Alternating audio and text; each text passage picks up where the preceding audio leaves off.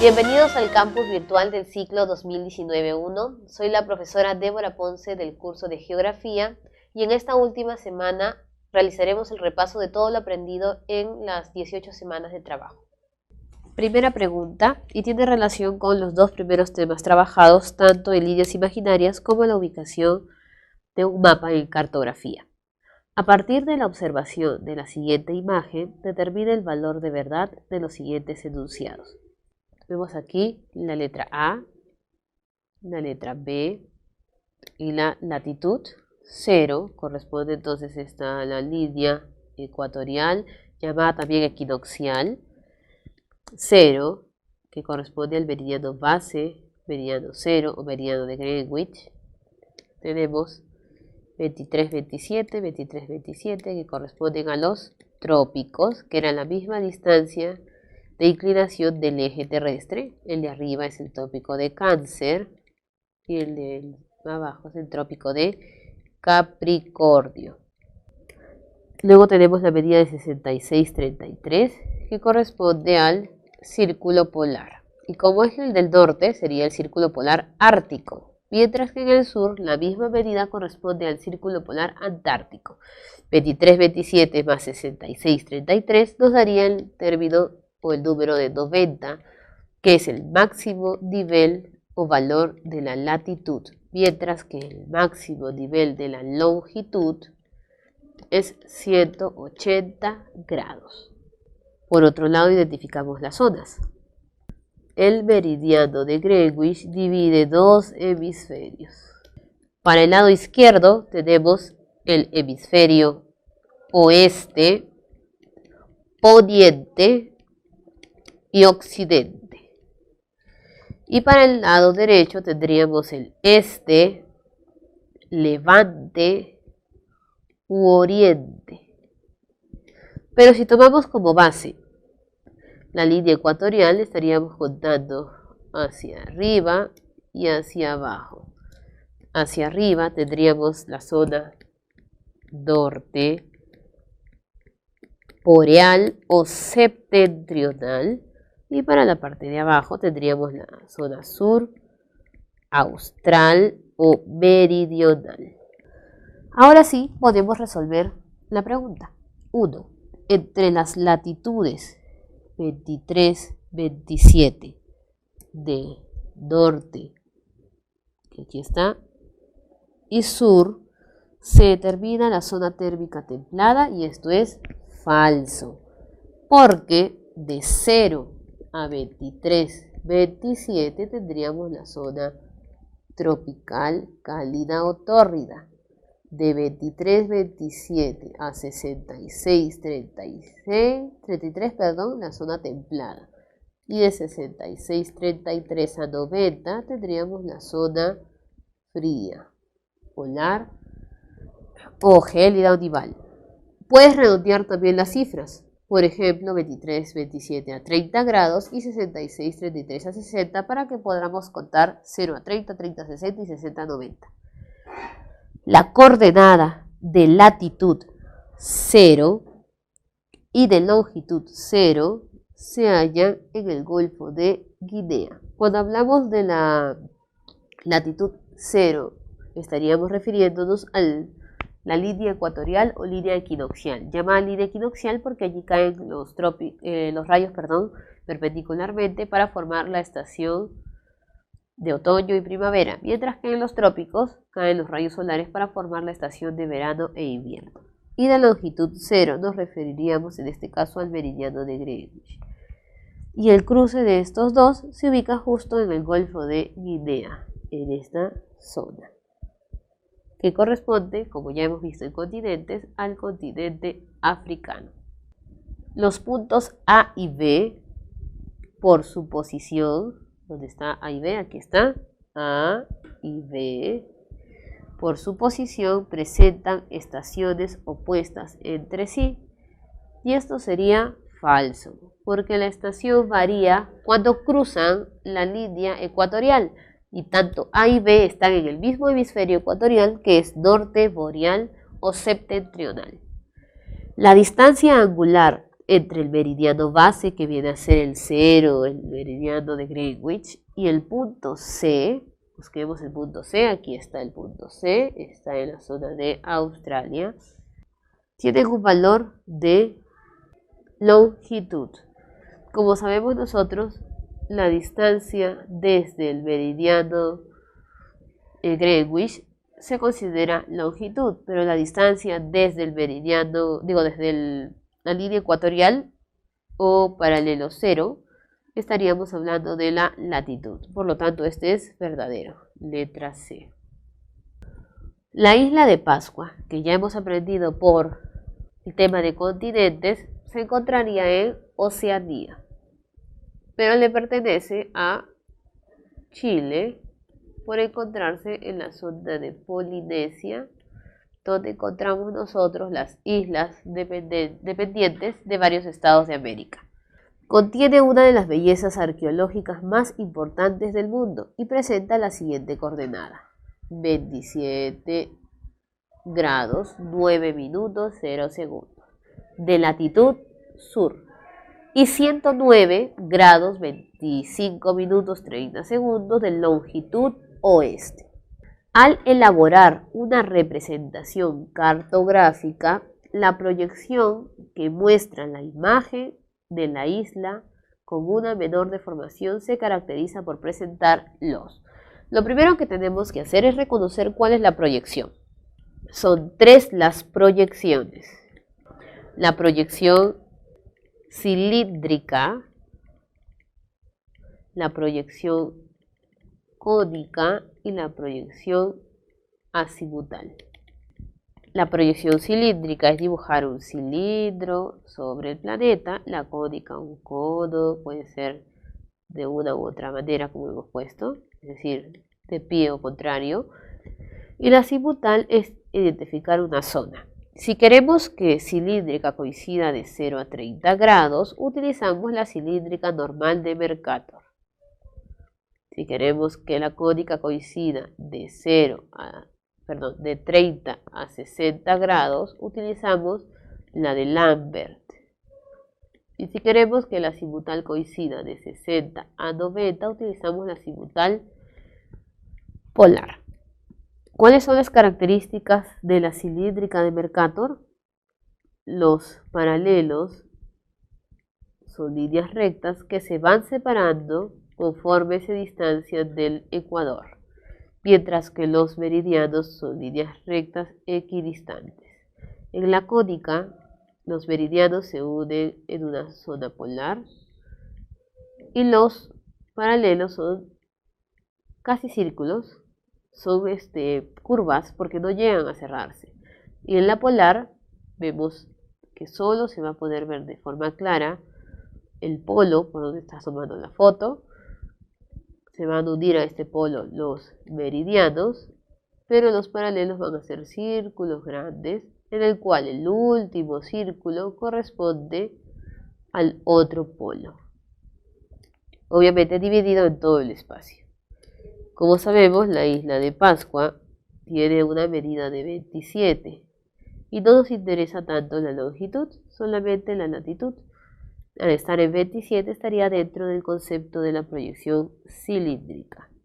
¿Y cuál es característica de la proyección cilíndrica? Paralelos como círculos concéntricos, este corresponde a azimutal polar. Mismos usos horarios que cruzan por el Perú, no, porque no estamos hablando tanto de la zona horaria, sino estaríamos hablando en este caso de la toma de la foto. Paralelos que aumentan de tamaño hacia los polos, estamos dándonos cuenta que eso correspondería si hablamos de círculos, a la parte polar, y si hablamos nosotros de la cónica, a un semicírculo que se agranda solamente para un lado, o un círculo que se agranda para un lado. Si dicen que aumentan de tamaño hacia los polos, como sabemos nosotros, en el caso de la cilíndrica aumenta la distancia y son líneas rectas, no aumentan el tamaño en sí. Meridiano como rectas que convergen en los polos, casi siempre se da esto en cónica y en azimutal, o semicírculos como líneas rectas equidistantes, y esto correspondería a lo clásico de la cilíndrica de Mercator, letra B. Además, aclarar que en el caso de paralelos que aumentan hacia los polos, no solamente hablamos de la distancia entre los paralelos y no del paralelo en sí, sino que además la referencia para hablar de la distancia es el ecuador más no el polo. 3. Estaríamos hablando en este caso sobre el tema del diastrofismo. Como sabemos, en el caso del diastrofismo, es el movimiento que tiene la corteza, que se puede dar de dos formas, horizontal y vertical. Cuando hablamos del movimiento vertical, nos estaríamos refiriendo a la epirogénesis y horizontal a la orogénesis. El más estable es la epirogénesis y en el caso de la orogénesis tenemos dos tipos de movimiento, cuando chocan o cuando se separan las placas, es decir, convergencia o divergencia. La convergencia puede ser de subducción si las placas son una oceánica y una continental, o de abducción si las dos son continentales. Y en el caso de la divergencia es la separación que va a formar en el medio dorsales. Este diastrofismo es un tipo de modelamiento de fuerza interna, al igual como lo es el seísmo con las ondas primarias que están hacia el fondo de la astenosfera, secundarias que solo viven en medios sólidos, mientras que las primeras en sólido y líquido, y las más peligrosas son las terciarias que están sobre la superficie. Y el vulcanismo, que como nosotros sabemos existe vulcanismo intrusivo y extrusivo. Intrusivo cuando hablamos de las rocas ígneas y extrusivo cuando mencionamos todo lo que podamos ver, inclusive la lava y hasta el mismo volcán. En este caso nos hablan del vulcanismo intrusivo. Los lopolitos son cuerpos ígneos laminares con la concavidad hacia arriba, es decir, en forma de plato. Estos se formaron a partir de la solidificación del magma en el interior de la corteza terrestre. Tomando en cuenta el proceso descrito, se infiere que los lopolitos predominan en zonas de divergencia. Estamos hablando de vulcanismo, más no del movimiento de diastrofismo. Pero si lo relacionamos, cuando hablamos nosotros de la divergencia, estaríamos hablando de las dorsales, que las dorsales son extrusivas. Han sido moldeados por los agentes exógenos y sabemos que el vulcanismo es intrusivo en este caso y encima el proceso de vulcanismo general es endógeno y no exógeno. Son manifestaciones de vulcanismo intrusivo, ya lo hemos eliminado. Presentan el mismo origen de las dorsales, no porque las dorsales son por divergencia. Son ejemplos de cuerpos denominados plutones, y así se le llama a las rocas ígneas dentro del vulcanismo intrusivo. Letra E. 4. Ahora hablaremos un poco de los procesos externos o exógenos. Dentro de las fuerzas exógenas tendríamos la meteorización y la erosión. La meteorización es la división de una roca en su lugar, es decir, in situ. Si se fragmenta en grandes pedazos, sería meteorización mecánica o física. Y si se disuelve o pulveriza, sería química. Casi siempre el proceso mecánico termina en clastia y el químico en ción. Y la erosión es el movimiento, después de la meteorización por el desgaste, un agente que lo transporta, que puede ser el agua, el aire u otro agente, y la creación de un nuevo relieve, que se llama sedimentación. Así encontramos nosotros relieves por degradación o denudación, o relieves por agradación o depositación. 4. El impacto de las gotas de lluvia, es decir, proceso pluvial, sobre la corteza terrestre, generan el desprendimiento y el movimiento de las partículas del suelo. Este proceso erosivo en algunas laderas puede dar origen a, tenemos los abanicos fluviales. Desde que dice fluviales ya lo estaríamos descartando porque la lluvia tiene que ver con el proceso pluvial. Amplios valles, los valles pueden ser formados de origen glacial, o fluvial. En este caso los longitudinales son de origen fluvial, así que no puede ser tampoco. La sedimentación de las morrenas son ocasionadas por origen glacial. Las colinas y crestas muy empinadas. Aquí nos estamos definiendo ni el proceso y además están hablando de desprendimiento, que vendría a ser en este caso desgaste. Y están refiriéndose a las famosas cárcavas, que son agujeros que se forman en la tierra producto del depósito del agua por lluvias. 5. Vamos a hablar un poco ahora sí del relieve. Y en este caso estamos haciendo referencia a los valles. Recordemos que los valles tienen diversos nombres de acuerdo a dónde se han formado. Si estamos en la costa, los valles suelen llamarse valles transversales, porque los ríos tienen un viaje corto de este a oeste. Los valles en la sierra y en la selva son producto de los ríos amazónicos, que tienen un viaje largo, llamado longitudinal. En la sierra, además, se les conoce como valles interandinos por su presencia en los Andes, y en la selva se les dice longitudinales, encontrando solamente los longitudinales en selva alta, porque en selva baja encontramos zonas de cultivo pero no valles. Un joven piurano ingresó a la Universidad Nacional Mayor de San Marcos y para poder realizar sus estudios decide mudarse al distrito de Pueblo Libre, en Lima, por lo que realiza un viaje a través de la carretera panamericana. Ya hemos hablado de las carreteras en nuestros temas, quizás todavía no en los primeros temas, pero sí ya lo conocemos. Y la carretera panamericana era una carretera longitudinal que nos llevaba por la costa, desde la zona de Santa Anita hacia el norte o de Santa Anita hacia el sur. De las siguientes alternativas, indique los valles que atravesaría el estudiante hasta llegar a su destino. ¿Cuáles eliminamos rápidamente? Caplina por encontrarse en Tacna, y él solamente llega hasta Lima, desde Piura. Eliminaríamos también el de Palpa por encontrarse en Ica, el de Camaná por encontrarse en Arequipa y el Ocumba en Tacna. Inmediatamente nos quedamos con la letra B: Jequetepeque en Lambayeque, Santa en Ancash y Chillón en Lima. 6.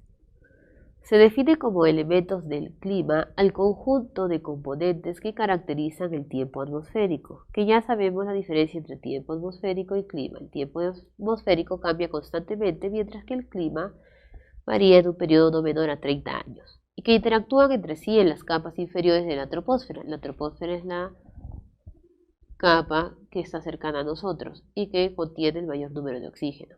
Elija la alternativa que relacione cada elemento con la proposición correcta. Insolación, recuerden, tiene que ver con el tema de los rayos solares cuando tiene contacto con la Tierra, que algunos suelen llamarle radiación solar. Humedad, el contenido de agua en el aire, que casi siempre es más fuerte en las zonas bajas, porque recuerden que a mayor altitud, menor humedad. La precipitación es el contenido de las lluvias, que puede ser también líquido o sólido, y la presión atmosférica es la fuerza que ejerce el aire sobre la Tierra y también es igual que la humedad y la temperatura, inversamente proporcional a la altitud. Tenemos entonces letra A, cantidad de vapor de agua que hay en la atmósfera. Letra B, permite predecir el comportamiento de los vientos. Su ausencia genera pérdidas económicas en la agricultura. Y su exposición excesiva genera deshidratación. En este caso es muy sencillo, tendríamos como respuesta nuestra letra B. ¿Por qué? Empezamos. 1 con D. ¿Por qué genera deshidratación? Porque es la energía solar en grandes cantidades. Al no presentarse en la porción de agua en mayores cantidades, obviamente genera deshidratación, como nosotros en verano cuando no tomamos agua. Tenemos 2A. Recuerden que la humedad es en sí la cantidad de vapor de agua en la atmósfera. Este vapor condensado se va a convertir posteriormente en nubes o nubosidad. que va a generar posteriormente las precipitaciones.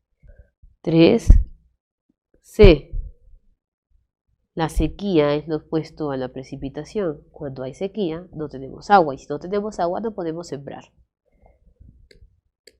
Y por último, 4B. La presión atmosférica, ser el peso del aire sobre la superficie, nos puede decir la fuerza y el comportamiento de los vientos. Letra B. 7. El Perú es uno de los países más vulnerables al cambio climático, donde los fenómenos atmosféricos se presentan con mayor frecuencia, afectando sobre todo a la población en situación de pobreza y extrema pobreza. Sobre lo señalado en el enunciado, infiera cuáles son los efectos en nuestro país. En este caso estaríamos hablando nosotros del problema del calentamiento global. Y el calentamiento global es una de las alteraciones modernas del cambio climático. El calentamiento global es la oposición al efecto invernadero o también el error del efecto invernadero. El efecto invernadero se genera de la siguiente forma. Existen gases de efecto invernadero que son gases contaminantes como metano, dióxido de carbono, monóxido de carbono, óxido nitroso, entre otros. Los rayos solares ingresan a la Tierra convirtiéndose en rayos ultravioleta y juntándose con los rayos infrarrojos. Estos rayos deben ser expulsados, pero algunos rayos solares deben quedarse. Quienes se encargan de impedir que algunos rayos solares se vayan son los gases de efecto invernadero. El calentamiento global es el aumento de los gases de efecto invernadero de forma antropogénica. Entonces, al haber más gases de efecto invernadero, los rayos solares ultravioletas e infrarrojos no se pueden retirar del planeta, generando una alza de la temperatura. Esto genera problemas como el deshielo de nevados, de masas de glaciares o zonas polares, el aumento del agua en el mar, la presencia de mayor número de lluvias por un lado y por otro lado las sequías, una serie de enfermedades y problemas económicos. En nuestro país, ¿qué es lo que generaría el cambio climático? Retroceso de glaciares en mayor incidencia en la Cordillera Blanca, y esto es correcto, debido a que lo más afectado es la parte congelada. 2. Ciudades como Huancayo y Arequipa enfrentarán bajos niveles de radiación. Y como sabemos, lo que vendría a ser las zonas de Lima, Arequipa, Piura y Huancayo estarían con mayor índice de radiación por la ubicación en cercanía con la línea ecuatorial y por la presencia de altos índices de gases de efecto invernadero por minería o por el tema del transporte. Por lo tanto, la 2 no es correcta. Incremento de precipitaciones, deslizamientos y huaicos por una zona, mientras que por otro lado vendrían las sequías. Y por lo tanto tendríamos más enfermedades tropicales. Nos quedamos entonces con la letra B, siendo la del enunciado número 2 el incorrecto. Ante la problemática de la escasez del recurso agua, el cambio climático, el calentamiento global, la contaminación ambiental, un especialista plantea que las reservas de agua dulce irán reduciéndose progresivamente, manteniéndose por su extensión reservas en el tema de hidrografía. Si bien nosotros nos centramos en ríos, nos dicen cómo se va almacenando la cantidad de agua que nosotros popularmente le decimos dulce, pero que se conoce como agua continental.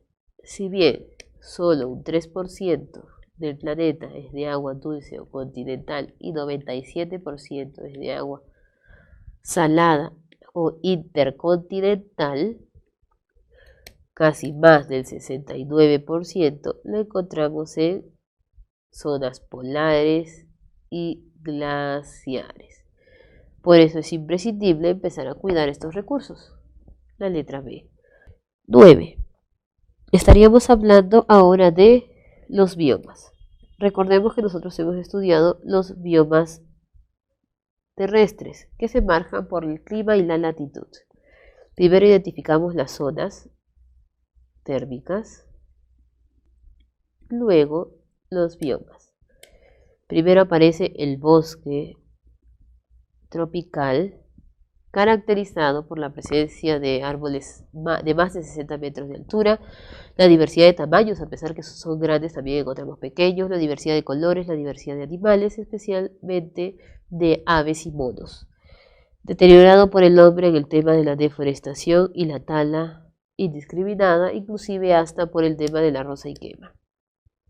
Luego viene la sabana, una amplitud tropical sin muchos árboles, casi siempre en Sudamérica se caracteriza por palmeras y tiene los animales más grandes, deteriorado por incendios y el sobrepastoreo. Luego tenemos en 30 los desiertos, la mayoría de ellos, porque ya sabemos que hay desiertos en 40 como el Gobi. El desierto tiene una escasez de recursos de flora y fauna, pero no deja de tener animales y flora que destacan como el cactus o como los animales carroñeros, animales de insectos, y afectado por el tema de la basura y también por la desertificación aumentada en la zona por la población. Luego en las zonas templadas tendríamos la pradera, que es similar a la sabana pero en elevación en la zona templada y que es el sinónimo de campo y afectada por lo mismo que la sabana, sobre pastoreo e incendios forestales. Luego tenemos el bosque templado y taiga. El único bioma que solo está en el norte y no está en el sur es taiga porque significa bosque boreal, ambos caracterizados por la presencia forestal, en el caso del bosque templado, por árboles caducifolios y perennifolios, pierden sus hojas o no las pierden, más son los que pierden sus hojas, mientras que en el bosque tropical más que todo eran perennifolios y latifoliados, con hojas anchas.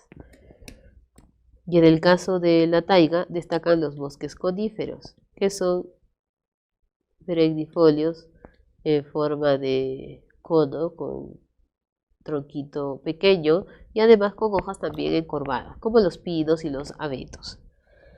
Y en la zona polar, tanto del sur como del norte, tenemos la tundra. Existe tundra continental, como Alaska, tundra polar, como obviamente los polos, y la tundra alpina en la zona alta de las montañas, caracterizada por la presencia de hielo y nieve, y afectado de forma indirecta por el hombre por el calentamiento global.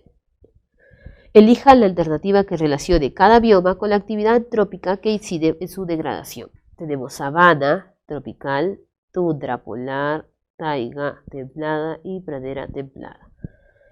Uso de agroquímicos en las pampas argentinas, deforestación de abetos en la zona escandinava, que es Noruega, Suecia y Finlandia, sobrepastoreo en la región de Sahel, y por último, retroceso glaciar en el Himalaya. Entonces, por el tema del Himalaya y por las zonas congeladas, ya sabemos que es la parte alpina y es más sencillo relacionarlo. 2D.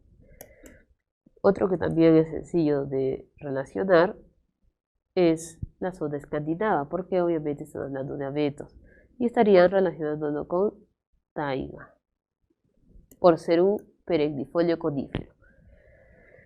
Nos quedaría sabana y pradera, que a veces puede generar obviamente confusión y podríamos relacionarlo por su ubicación. La zona de Jael está bordeando el desierto de Sahara y las pampas argentinas es la zona elevada o zona templada del lugar.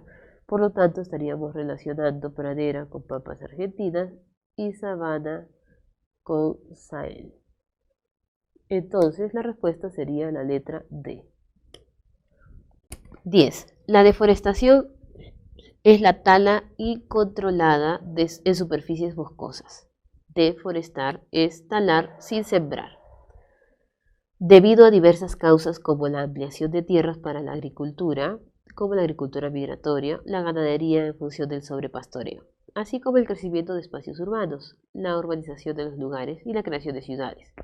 Esta problemática es mayor en el oriente peruano, es decir, la selva, por la inacción de los 3 niveles de gobierno: gobierno central, regional y local. Sobre esta situación se puede inferir que Loreto, Madre de Dios y San Martín experimentan mayor depredación, la actividad agropecuaria intensiva y extensiva es mayor en el oriente, las autoridades electas priorizan el uso y el ordenamiento territorial, es común a nivel mundial por la ampliación de la globalización. En Ucayali y Pasco se incrementó la extracción incontrolada de bosques. Si bien nos hablan de varios problemas, no nos explican exactamente cuáles serían los problemas en cada parte del Perú en función de la deforestación. Solo nos priorizan que el mayor problema es en la selva, pero por la inacción de actividades. Entonces no podríamos decir que es por la actividad agropecuaria, no podríamos decir que es por priorizar el ordenamiento territorial, porque dice inacción, y menos por la globalización. Entonces nos quedarían los lugares: Loreto, Madre de Dios, San Martín, Ucayali y Pasco. Y Pasco no es una zona oriental por totalidad. Por lo tanto, nos quedaríamos con la zona de Loreto, Madre de Dios y San Martín, porque sabemos que la deforestación es mayor en la zona norte de la parte oriental. 11. El cérvido más grande de nuestro país vive en la zona suroriental, adaptado a un clima cálido y a superficie de mal drenaje por las intensas lluvias estacionales. Este herbívoro no forma manadas y es una especie característica de la ecorregión. Primero tendríamos que destacar cuál es el cérvido de los cuales nos están hablando, ¿no? Y la mayoría debe haber recordado inmediatamente uno de los ciervos más mencionados cuando hacemos ecorregiones. Pero antes de eso, vamos a explicar parte de las ecorregiones. En la costa, para la zona norte, tendríamos el bosque tropical del Pacífico, que se encuentra en la zona de Tumbes y parte de Piura, caracterizado por animales de la selva que han migrado por el paso por Cuya hacia ese lugar, caracterizado también por la presencia de la zona de manglares y por animales adaptados a este medio. Luego tenemos el bosque seco ecuatorial, que se extiende hasta la parte del Lambayeque, una zona donde se presencia el algarrobo, por eso viene el término de bosque seco, y el ceibo. De animales como la pava blanca, el oso de anteojos y el zorro de sechura. Luego tenemos el desierto del Pacífico, que casi siempre viene a ser la costa centro-sur, caracterizado por especies de aves carroñeras y además por ser la parte más habitada. Y la zona del mar tropical y el mar frío, mar tropical con menor presencia de fitoplancton, mayor presencia en el mar frío. Y en el caso del mar tropical estarían las ballenas jorobadas y en la zona fría el anchoveta y la ballena azul. Luego tenemos nosotros la sierra, van a destacar tres. La parte pegada hacia la zona occidental sería la serranía esteparia, que son los valles. Luego tenemos Puna y Altos Andes, que corresponde a la zona de mesetas y nevados, que en este caso vendrían a ser los auquénidos. El páramo, que es la zona de Cajamarca hacia Piura, en el paso por Cuya, donde vemos la subsistencia del tapir de altura y las orquídeas. Y en la selva tendríamos tres, como son la selva alta, selva alta, árboles, valles, selva baja, lugares de cultivo, y la separación de la sabana de palmeras, que vendría a ser entonces la zona de las palmeras, cerca a un pantano, donde nacían los animales como el toco o tucán gigante, el lobo de krill y el ciervo de los pantanos. Entonces aquí tenemos el famoso ciervo que hemos mencionado. ¿Qué más nos puede ayudar? Dice zona suroriental. Entonces está hacia la zona baja de la parte de la selva. Adaptado a un clima cálido, mal drenaje, estaríamos hablando de los pantanos por las intensas lluvias estacionales. Estacionales porque una sabana tiene una temporada cálida y una temporada fría, de más lluvias o menos lluvias. Y en este caso estaríamos hablando, por lógica, de la sabana de palmeras. 12. Con respecto a las áreas naturales protegidas, determine el valor de verdad de los siguientes enunciados. Recordar que las ANPs se dividen en dos grupos: áreas intangibles o de uso indirecto y áreas tangibles o de uso directo, donde se puede ingresar a utilizar los recursos. Tangibles son tres: Parque Nacional, Santuario Nacional y Santuario Histórico. Santuario histórico es famoso por que un lugar base de la historia, se protege. Por ejemplo, las pampas de Ayacucho. Parques nacionales protege especies de flora y fauna en general, mientras que el santuario es una especie en particular. Tangible tenemos reserva nacional y los otros como cotos de caza, bosques de protección, reservas comunales, pero nosotros hacemos más incidencia en las reservas nacionales, que son los lugares por excelencia para ganadería y agricultura. Ahora, en San Fernando se protege una muestra del desierto costero y del mar frío de Ica, y esto sería verdadero. Como podemos ver en la reserva de San Fernando, vamos a encontrar nosotros la mayor extensión de la protección del mar frío. Pacaya Samiria es un área tangible protegida por su alta diversidad y sabemos que Pacaya Samiria es una reserva, por lo tanto sería tangible. El oso manglero, que está en Tumbes, habita un área de interés nacional y tangible, y en este caso es falso porque es un santuario nacional de los manglares y el santuario es tan intangible. El pueblo de Machiguenca vive al interior del Santuario Nacional de Megantoni, y eso es correcto porque justo cuando hicimos áreas naturales resaltamos lo más importante en relación a la reserva guardada por el Machiguenca. Sería la letra A. 13.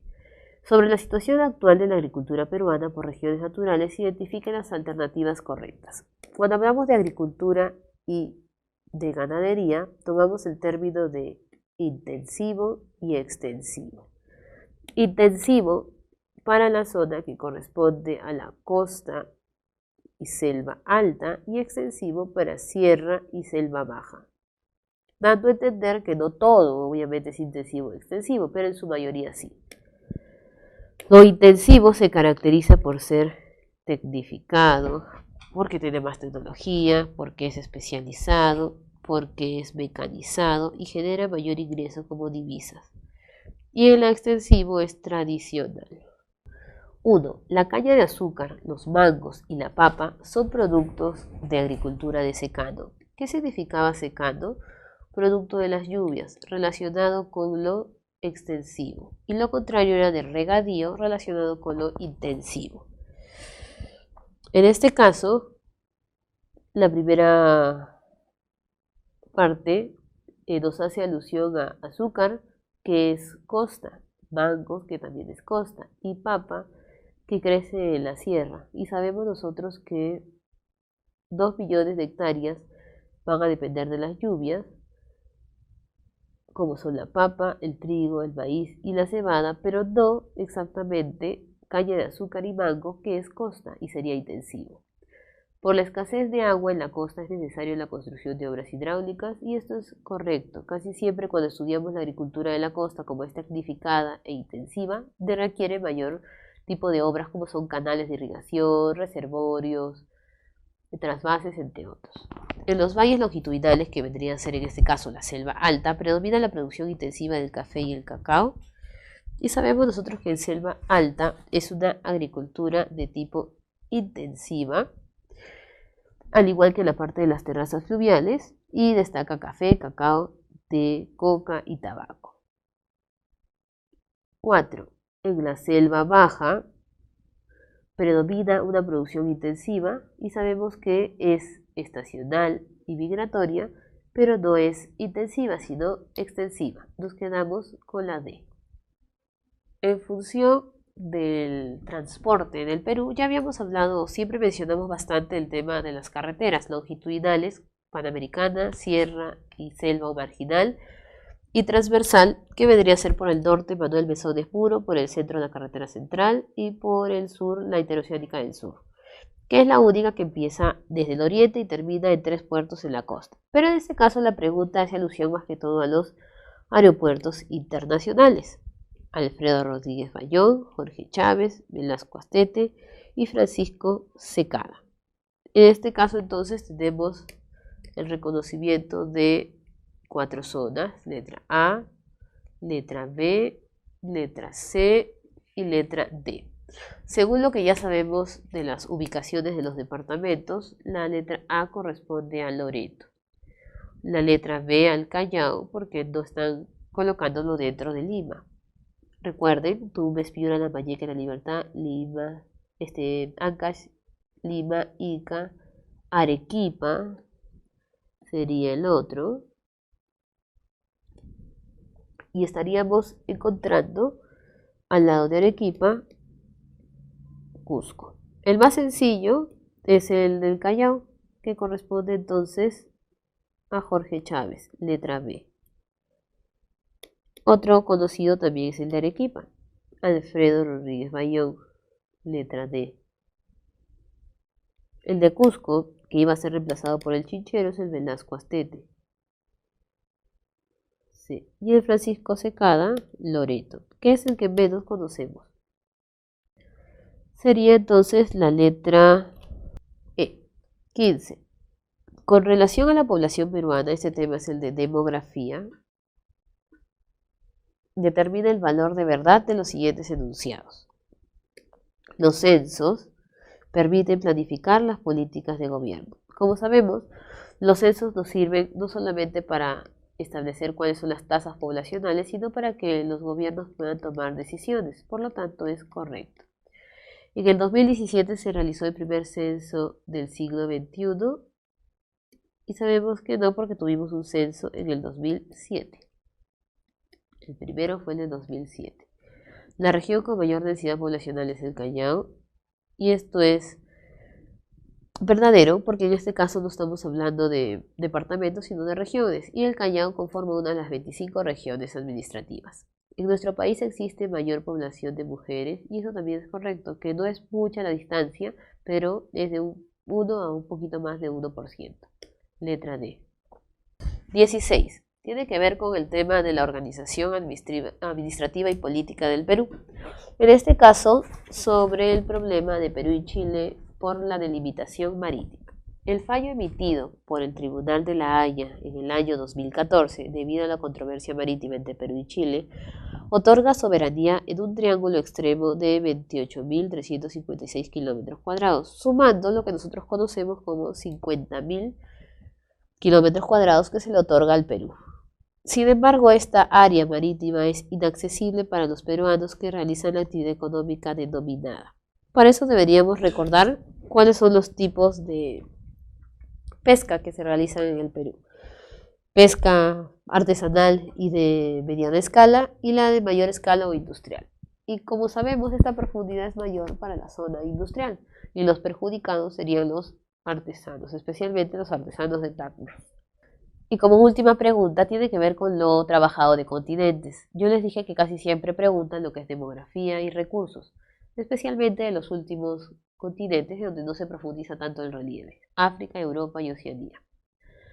Registra la menor densidad poblacional del planeta. En este caso, por lógica, sabemos que corresponde a la parte de Oceanía. Porque Australia, siendo el lugar más poblado del continente de Oceanía, solo tiene 3 habitantes por kilómetro cuadrado. Su tasa de crecimiento real es mayor que la de Asia. Real tiene que ver con la parte natural de mortalidad y natalidad y la de migraciones. Y tiene el mayor porcentaje de población migrante. Entonces es más sencillo aquí porque sabemos quienes reciben más turistas es Europa y las personas también suelen irse a vivir y a trabajar allá. Mientras que por el contrario África registraría una tasa mayor que la de Asia. Hay más población que la de Asia si hacemos la resta de inmigrantes y emigrantes porque se van bastante de África o también por la natalidad. Porque en Asia ya se está regulando un poco más este sistema. Nos quedamos con la letra B. Bueno, jóvenes, hemos concluido nuestras 19 semanas de clase. Les deseo muchos éxitos en el examen, que es el último, y que sigan teniendo también diversos éxitos en su carrera universitaria. Nos vemos.